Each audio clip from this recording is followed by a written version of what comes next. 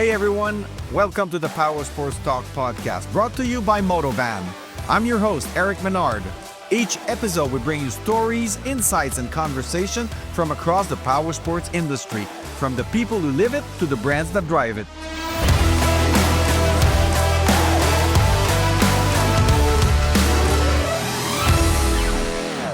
So today on the podcast, we are with Ben Taylor, Director of Global Wholesale at Quadlock. Probably most people watching this podcast have heard in some way of Quadlock because you guys are everywhere. It's crazy the last few years how much we heard about Quadlock. It seems to be going very well for you guys.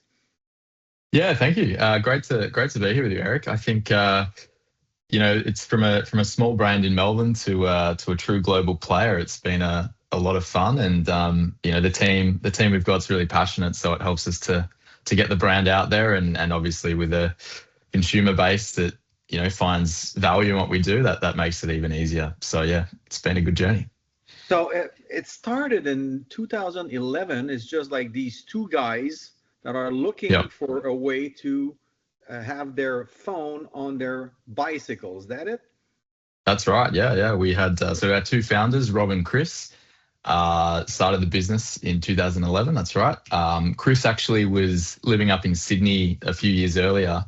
No car, navigated himself around the city by bicycle, and needed a way to figure out how to get from A to B. So he came up with the idea of trying to mount his iPhone. I think the original iPhone maybe at the time, on his bicycle, and he's an industrial designer by trade. So that's kind of where the idea started, and the journey began. It was just him trying to get home from the pub maybe. That's pretty good. So it was basically a problem that he experienced and that he wanted to solve using his knowledge. And exactly, yeah. It grew into a global brand. It was, you guys were acquired by Thule a few years back. Yeah. End of 24, yeah. The mindset of the business. The product first came out, it was actually a Kickstarter project, December 2011. And from day one, it was a global kind of, we sell in over 100 countries. But I think the Thule acquisition was December 24. I guess that's just elevated, a few things, how we think. Thule has been amazing in still saying, hey, you guys have a great business. We don't want to change that. We'll invest and help where we need, but, keep doing your thing. But now it's kind of this merging of these two amazing, product-led, really community-led brands that service, outdoor adventurers and that lifestyle. So, we've been able to learn off each other in many ways, which has been great. And there's a lot of fuel in that tank for the coming future as well. Yes. Let's talk about the future, because now it's a support for your phone, but it grew into more than that. It's for cars, it's for bicycles, or motorcycles. Obviously, that's why we're here. But how do you expand the brand when you start from a product like that? I think the cool thing about what Rob and Chris created was this ecosystem approach, right? It's not just this singular product that only does one thing. With the case we have, that will work with everything else we've created. So it's actually been, I'm not going to say easy, but we've created a pathway to expand into these new categories. And as you said, whether that was a motorcycle only came into the business in, I think, 2017 or 2018. So that was a fair way in.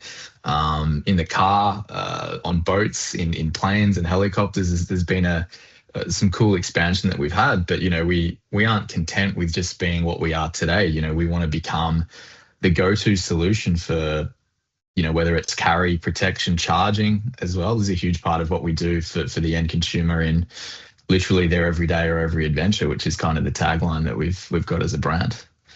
It makes me think of a GoPro. I've been in the business for many years. I remember GoPro was just this cute little camera that you could glue to your helmet, and it was kind of okay. And now it's so much more than just a little camera. So do you guys look at other brands like that to inspire yourself to do more or to think of ways to expand? I think another one really is almost Red Bull in a way, right? Where Yeah. their product is an adventure drink or a drink, but that brand has become TV broadcasting and all of this, and I think a lot of the sports marketing work our team does is drawn heavy inspiration from that Red Bull piece. So if anything, it's like, how do we become the Red Bull of phone mounting? Yeah. you know? Yeah. Because Yeah. there's a lot of competition. There's many, but you guys are always like, Matt, you managed to put yourself up there in the first few that you think of when you're thinking of buying that kind of support. Yeah, I mean, competition's healthy. We certainly, would like to still be the choice of consumers and do what we can to get there. But I think there's, we've tried to create a true brand around this product. It's not just a product. It's how we show up, from a digital content piece and create things that are relevant for that consumer's interest. It's how we show up at events and consumer passion points, how we work with athletes who people follow and engage with, and maybe we can help them meet at some of these events. So and the community around all this too. So for us, I think our secret sauce has very much been everything else we do that's not just the product. We make great product. I'm sure we'll talk about that a bit more, but the brand for us is so much more than just the product. And you went and got some global ambassadors that are very well known. I guess it's easier now than 15 years ago to get ambassadors for that product. Well, I mean, we've got a little bit more cash in the bank. That helps for sure. Yes. But our sports marketing team's incredible at what they do. We really started scaling that program with a lot of Australian athletes, and it made us realize how well they show up. Like Aussies show up on a global stage, but we had to still be relevant to other audiences. So that's expanded now through some work in the US with the Quad Lock Honda Supercross team. I don't think there's any. Oh, there is actually Charlie Cannon, one of the Aussies racing there, but that's primarily the American team. We've got some work in the MotoGP in Europe with Acosta and Zarco to get in front of that French Spanish audience. So I think it's kind of snowballed as we've started to do more here. There's more interest. People are more willing to I've seen that brand here. I'd love to work with them. But it's not just about a logo on a helmet or a jersey. We really try and create a good working relationship. We do great content work, unique content work with our athletes. We bring them in, to our office, we hang out with them.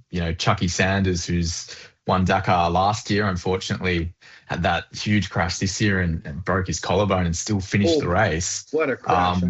Yeah, crazy, right? He finished. He still finished, I think, 5th in the overall or something. But there's friendships there now that our team goes to his birthday, and hang out. So it's become a real working relationship that's built on mutual respect and creating an environment that they're really happy to engage in, which really helps. But the pinnacle is what we've done with Oscar Piastri. I think in Formula One, he was so close in 25 to a world championship. He'll come back stronger than ever in 2026. He's a really motivated individual. But do you think that's kind of been you think he's texting while driving? Knowing him, it would be one word text only, right? Like Jesus, yes. He doesn't give much away. Yeah. My favorite spokesperson was of course Charlie Borman. Yes, Charlie. Yeah. Seems like a nice guy, and he definitely can use that product. Well, Charlie was one that used Quad Lock organically, right? He was using it anyway. We started to see it pop up in some of his own content, and I think there was like a really unofficial kind of social media working relationship, and he was actually probably one of the first that we said, how about we give you some money for this, and that turned into a great relationship. I've had the pleasure of meeting Charlie a few times, and he's a super funny guy.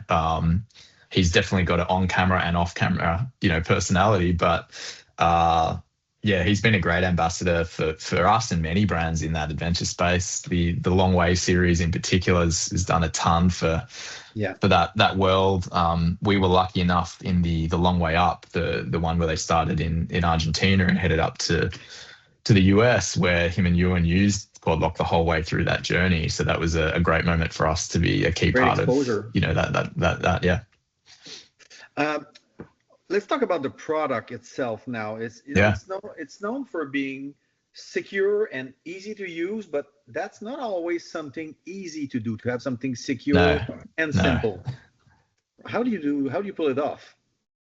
Well, I mean, ultimately the aim was to have the most secure thing to mount your phone on a bike, right? Like if we're gonna put, in Canadian, similar to Aussie dollars, almost a $2,000 phone, on your handlebars, right? It's expensive. You want to protect that. So our number one priority was always is that security. And if it's on there, you have confidence as a rider that it's not going anywhere. And I think that's ultimately been, the number one selling point that our consumers tell us they've purchased Quadlock for. But at the same time, if that's Fort Knox, then you're not going to be able to get it on or off, right? So a lot of work has gone into that user experience, that convenience, and making sure that the consumer can take it on and off. It's been a balance. It's still an ongoing body of work we want to get better at and make it easier for sure. The blend of both worlds is the utopia that we aim for and continue to aim for, honestly, in the background.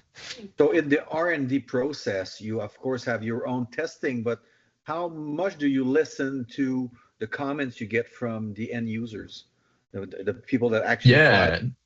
For sure, it's important. Yeah, we've been doing kind of end consumer surveys over the last.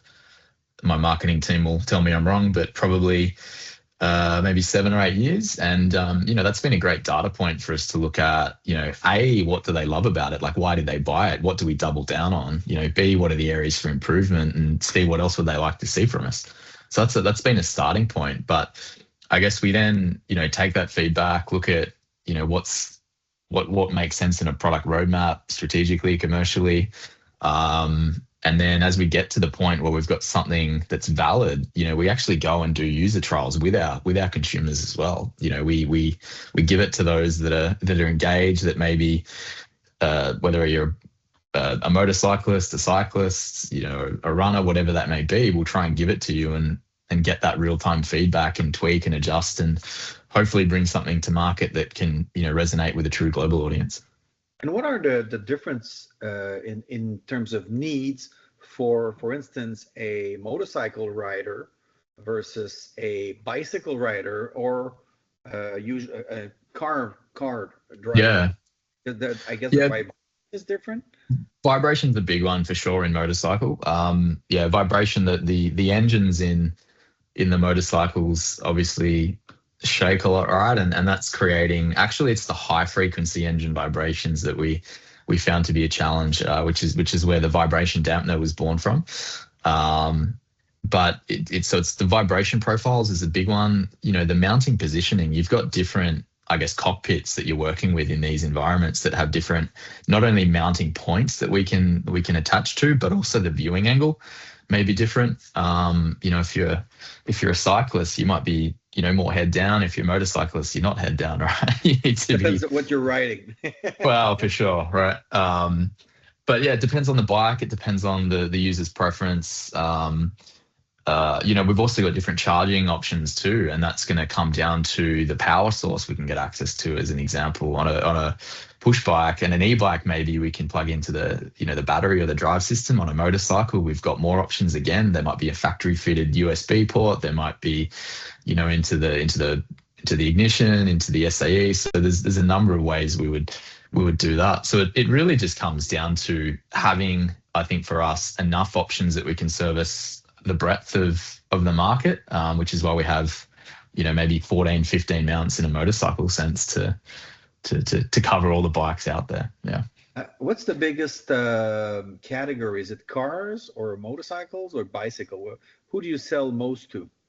Mainly moto I mean, I'm not going to say mainly, that's the wrong term, but the largest share is motorcycle for sure. Okay. But different countries, different geos have slightly different mixes as well. Here in Australia, our automotive business is incredibly strong, which I think actually probably just speaks more to the maturity of the brand, and where that's come to. But globally, yeah, moto is the share. It's where we have probably the strongest product offering. It's where we have the strongest, I would say, in my world, retail and distribution relationships, and certainly where we spend a lot of our energy from our sports marketing program as well. You'll see a lot of that's heavily tied to the motor space. And I've seen so many products in 20 years in the business, and as a journalist, you always you get some stuff and you test it, and you're like, how did it get to market? Because it's left for a month and sometimes a week, and it breaks. How do you guys know who to choose as to produce and to actually make the items to make them as good as you want them, so they last, and they last according to the price you're selling it. You want it to last. So how do you manage that? Because obviously you don't do everything yourself, so it's really hard to get the right person to do the right product the right way. Yeah, sure. I mean, we have a number of suppliers we work with to make the product for sure. And there's a selection criteria that our team would go through for that. There's some that we've worked with for years and years that we really trust, and that product's going to be made with them. There's others that are new categories or new materials or new technologies. We need to go find somebody else. So yeah, there's always a journey to find that, the selection criteria we need to go through, as I said. But we also do a lot of our own in-house testing, which is a key part, right? Our office here in Melbourne, in Australia, upstairs houses all of the sales and marketing and finance, and I'll make sure I cover everyone so I don't get in trouble, customer support and operations, and don't forget to thank your wife. My wife doesn't go to the office, thankfully. She's very happy here, but downstairs, we do have a test facility that we've set up. So we've got vibration testing, environmental testing, salt spray, drop testing. So we do a lot of testing in-house to validate that the product we're making in parallel with our suppliers is still up to the standards that we expect. And as you said, doesn't break after a month. We do put these things in fairly crazy environments the way our consumers use them. So we want to make sure they stand up to that high quality that we expect and our customers expect. And especially, at the end is the customer that decides. And what do you want people to think, or what would be their ideal reaction when they hear the Quadlock name? What do you hope that comes to mind first for the consumers? Yeah, I mean, we've talked a little bit about the kind of the security, the convenience, like something that just works. I mean, ultimately, we want to be synonymous with, that's the way you mount your phone to a bike or a motorcycle or a car. The best.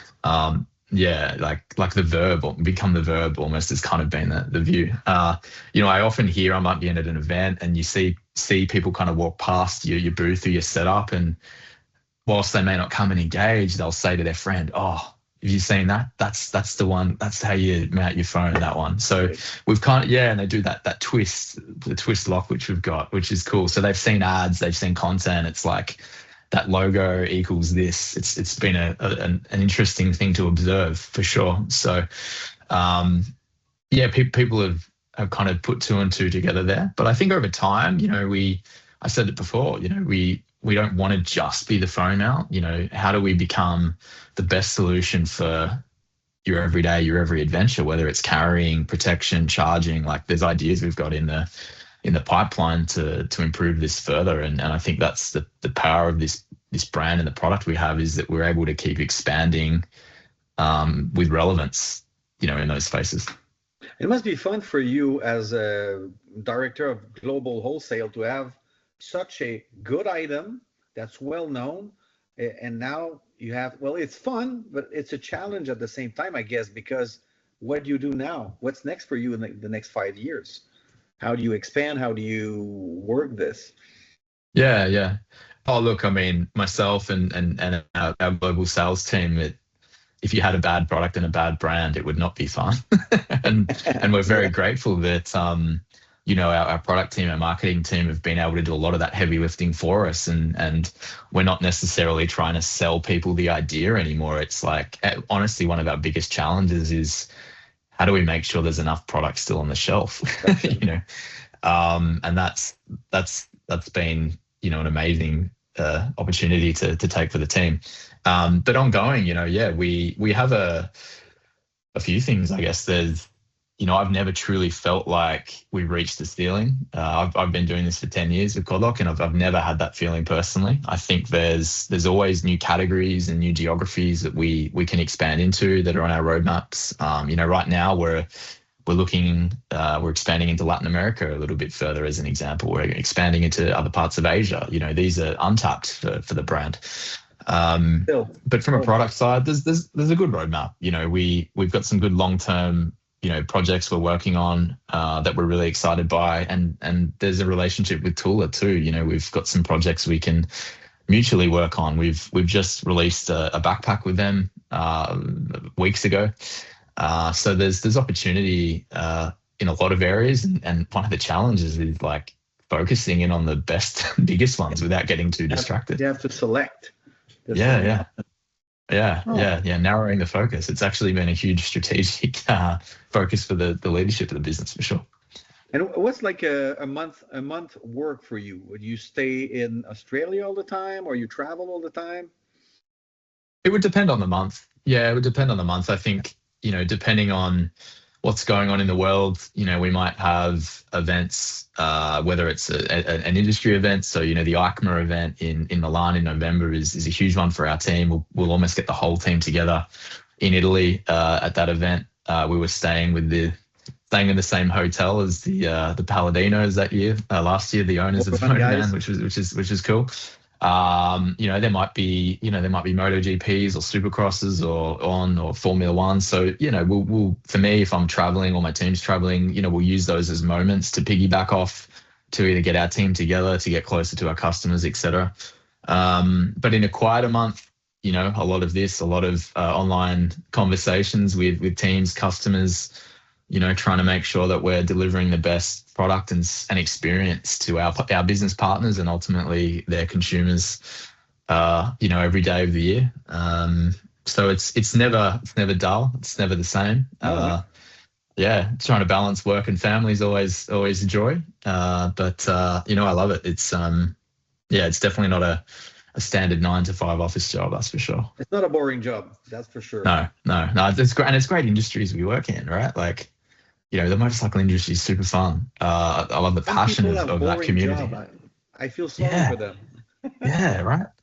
Yeah, I mean, I kind of don't want to leave this because I don't want to end up wearing a suit every day, Hey, we're t-shirt guys.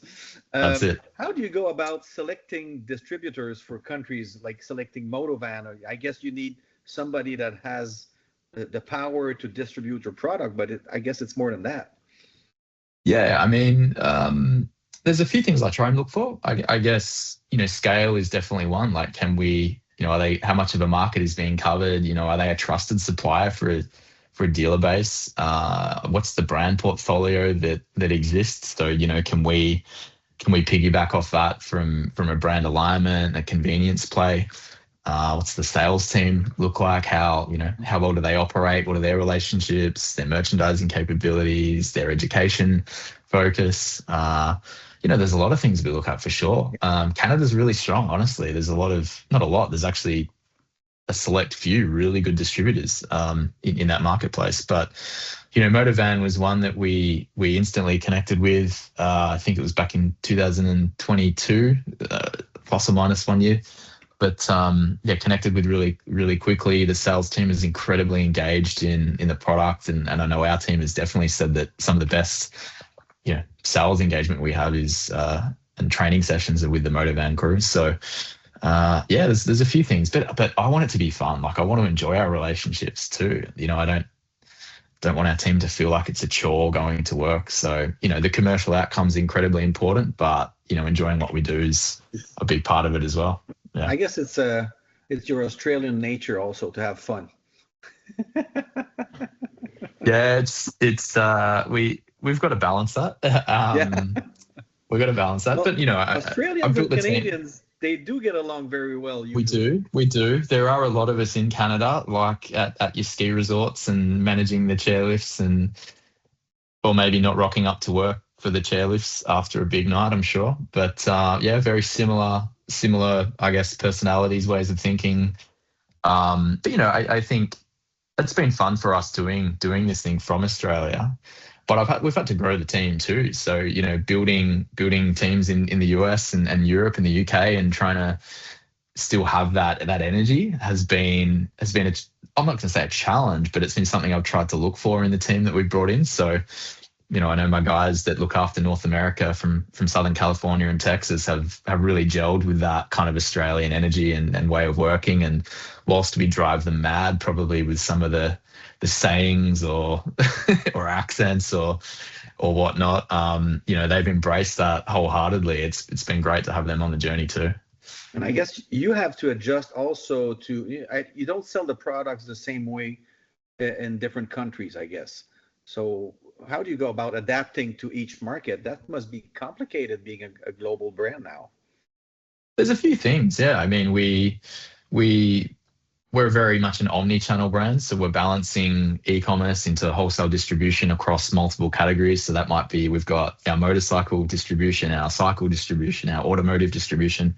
So balancing that's always, always got its challenges, but I think we do an okay job. But then you've got, local rules and regulations, whether that's certification, language, ways that the actual retailer base might operate. It does differ for sure. There's been a lot of learnings. There's been times where, we've had product taken off shelf for something that we naively probably didn't think about. There's been delays in getting product through customs for reasons. So, every day is a new learning in that stage. I think after, the business is now about 14 years old, we're probably a little more across these things. But yeah, early days, it was a startup. We had to make these mistakes to learn. So we learn, we scale, we adapt. Good. That's the closing line. You learn, you adapt. Sure. Hey Ben, it was great talking to you. Very, very interesting.